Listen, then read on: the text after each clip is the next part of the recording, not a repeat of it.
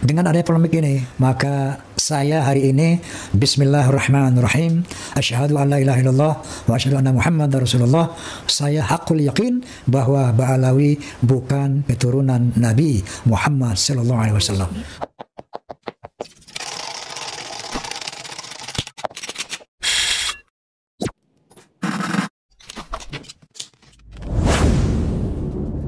Pernyataan Bang Haji Rhoma Irama sang Raja Dangdut ini, yang menegaskan dan hakul yakin, bahwa Habaib bukanlah cucu Nabi, membuat banyak muhibin meninggalkan para Habib junjungannya.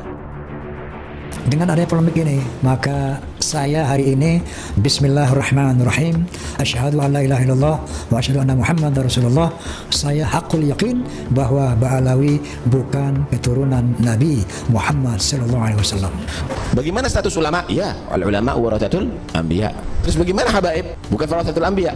Mereka dalam keluarga Rasulullah. Mereka dalam keluarga Rasulullah sallallahu alaihi wasallam. Inti mewarisi ilmu, wahai ulama. Ini Nabi dan keluarganya, ulama itu pengawalnya.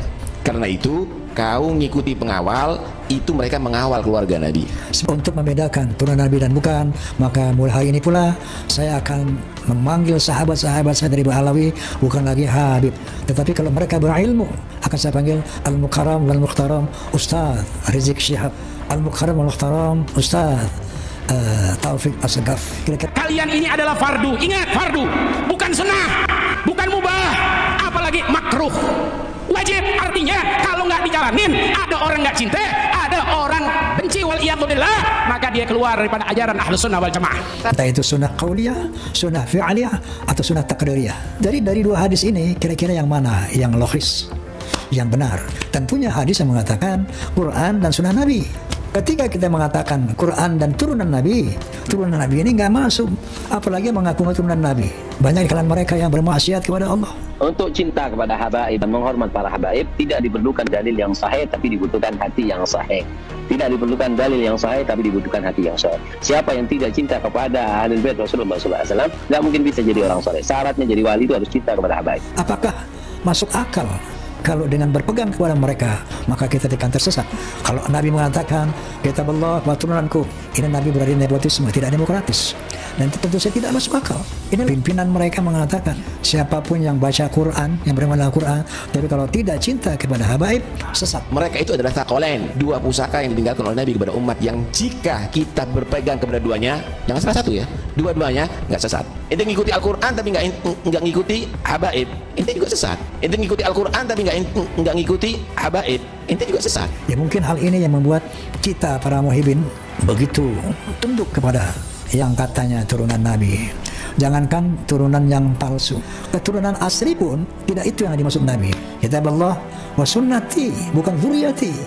Ada yang harus diluruskan juga, yaitu surat Asy-Syura ayat 23. Qul la as'alukum alaihi ajran ilal mawaddata fil qurba, yang artinya katakannya Muhammad, aku tidak meminta imbalan atas dakwah yang aku lakukan, melainkan cinta dan kasih sayang dalam kekerabatan. Dalam kekerabatan, bukan cinta kepada keluargaku. Qul la as'alukum alaihi ajran ilal mawaddata fil qurba. Katakan kepada mereka ini, aku tidak minta untuk diberi gaji, imbalan dalam dakwah. Satu, hormati, cintai kerabat. Secara bahasa, secara lughah, secara ilmu bahasa itu artinya jelas cinta dan kasih sayang dalam kekeluargaan, dalam kekerabatan. Kenapa? Karena asbabun nuzul daripada ayat ini adalah ketika Rasulullah sallallahu alaihi wasallam bersama para sahabat hijrah ke Madinah. Di Madinah ada orang-orang kafir, yaitu kaum Bani Khazraj dan Bani Aus, yang selalu bermusuhan. Mereka orang-orang bukan beriman. Nah, ketika Rasulullah dan para rombongan hijrah ke Madinah, mereka ini sangat bersyukur menyambut Nabi sallallahu alaihi wasallam dan menyerahkan berbagai macam harta kepada Rasulullah.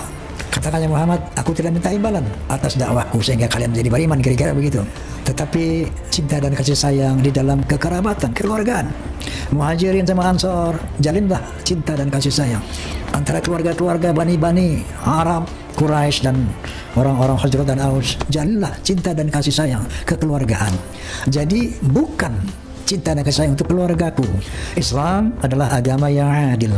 Nabi Muhammad SAW adalah pemimpin yang demokratis, bukan pemimpin yang nepotisme. Pernyataan Bang Haji Rhoma Irama sang Raja Dangdut ini, yang menegaskan dan hakul yakin, bahwa habaib bukanlah cucu Nabi, membuat banyak muhibin meninggalkan para habib junjungannya.